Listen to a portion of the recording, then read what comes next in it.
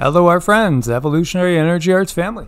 Hello there, welcome back. Welcome back, guys. This was a Patreon exclusive, talking about something we'd all love to see. I know, certain individuals and those pinstripes. At least it's starting to get put into writing more. There is a lot of pushback happening. There's a lot of pushback. These are absolutely interesting times. Again, you can join the Patreon family for really as little as like 90 cents a month when you pay in advance for a year, or $1 a month if you go month by month, and get these exclusives multiple times each week. What's going on here? This is Ruidoso, New Mexico. This is an entire town in New Mexico being evacuated. And by the way, this is right next to the Smokey Bear Museum. We kid you not. This is serious. 14,000 acres. That's getting to be pretty big size. This is in the southeastern part of the state. It is a very beautiful area. Wow, what can you say? This popped up all of a sudden. They ran real fast. Some structures have been lost. In fact, this one has a little, you can see a little loop here, and see how it just comes up out of nowhere. Blue skies, beautiful weather. You can see it encroaching over there on the top right. It's craziness in this world in these times. That's pretty scary. It definitely is, and I got to tell you, the very first thing that came up, and this really frightens me a lot, and I didn't like to hear it, but volcano came up with this one. However, I could very well be wrong. I've been wrong before. It could be something to do with a volcano might come up later, and right now this is something else. But when we were in that area, we saw so many lava tunnels and the lava rock. Oh my gosh, you can get that by the truckload. It's like you can't even take a step without stepping on lava rock in some of those areas. And then the tunnels can go for miles, the lava tunnels. So it could be, but I really hope not. Well, Ruidoso is over in this area, and you can see all the lava and volcanoes here is more to the west, but these things move over time. If you look at the historic Yellowstone eruptions, you'll see that when you go further back, it was in Oregon. What is Oregon now?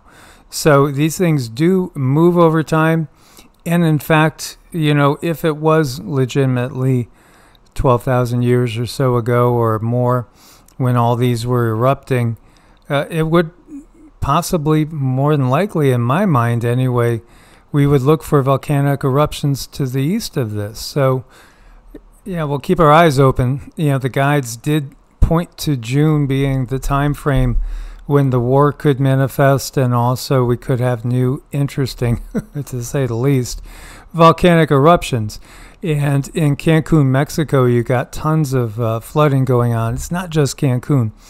There's more areas than this. Again, this flooding is all around the globe that we're seeing different areas. It's, again, very reminiscent of mud flood. Look at this. This is in China. This is Guangdong, China. Look at that. I mean, the whole foundation's given away.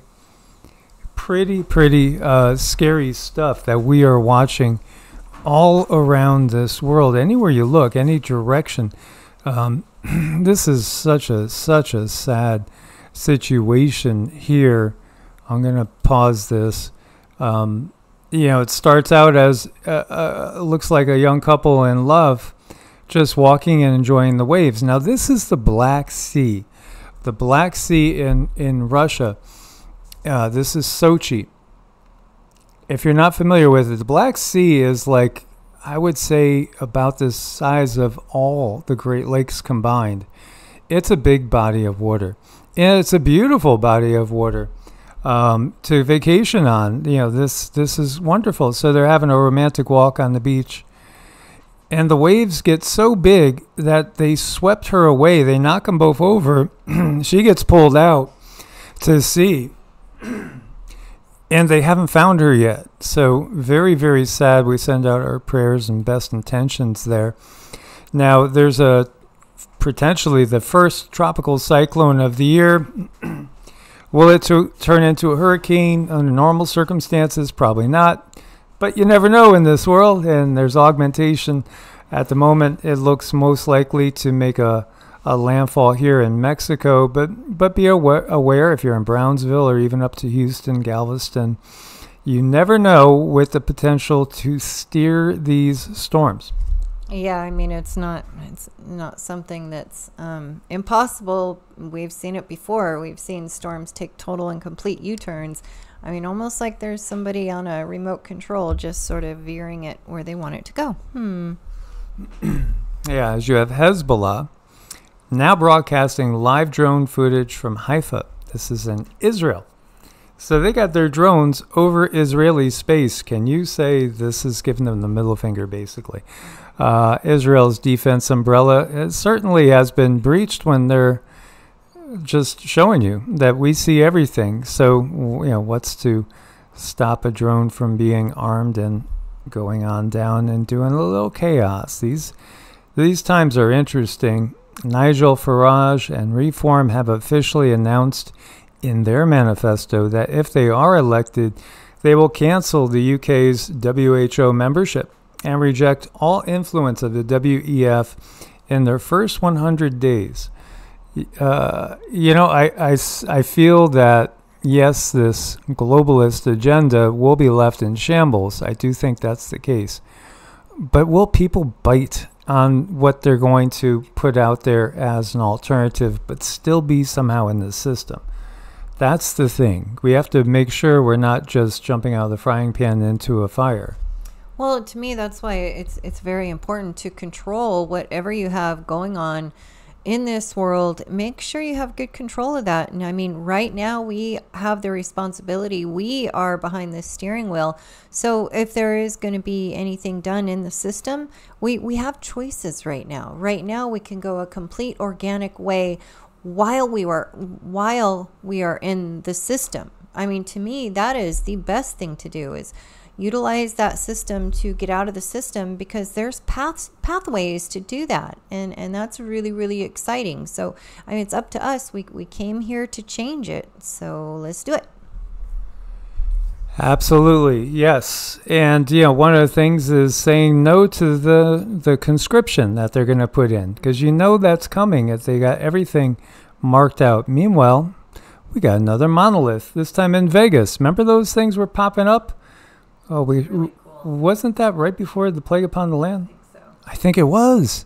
I got to do a little research on that. Was it 2020? I think it was. Yeah, but this is so cool, though. I mean, I'm looking at this. This is like really cool because it's virtually invisible. I mean, isn't that so cool? You can't really see it. Is this how the Greys do it? Maybe. Yeah. They see the monkeys worshiping the monolith in Stanley Kubrick's film. Yeah, again, Stanley Kubrick also did Eyes Wide Shut. It's all part of, they know, most people don't, but we're figuring out. We are figuring out, and the world is awakening. I was just talking to somebody that you might not expect to be fully awakened, and they're awake. The average person is starting to understand that there is an attack on their health and well-being, and it's from every single angle. And that makes it really difficult, because certain laws they've put in place where, now they can use these chemicals on things that are labeled organic, and there's the system for you. So what are we left to do? We have to be very, very careful, but we also have to be realistic. Not everybody can just jump out there and start making their own food. But what can you do? You can get to know your local farmers and understand where their food is coming from. There's things that can be done, but we have to take the steps. Yeah, absolutely. And that's exactly what the young man I was talking to is saying.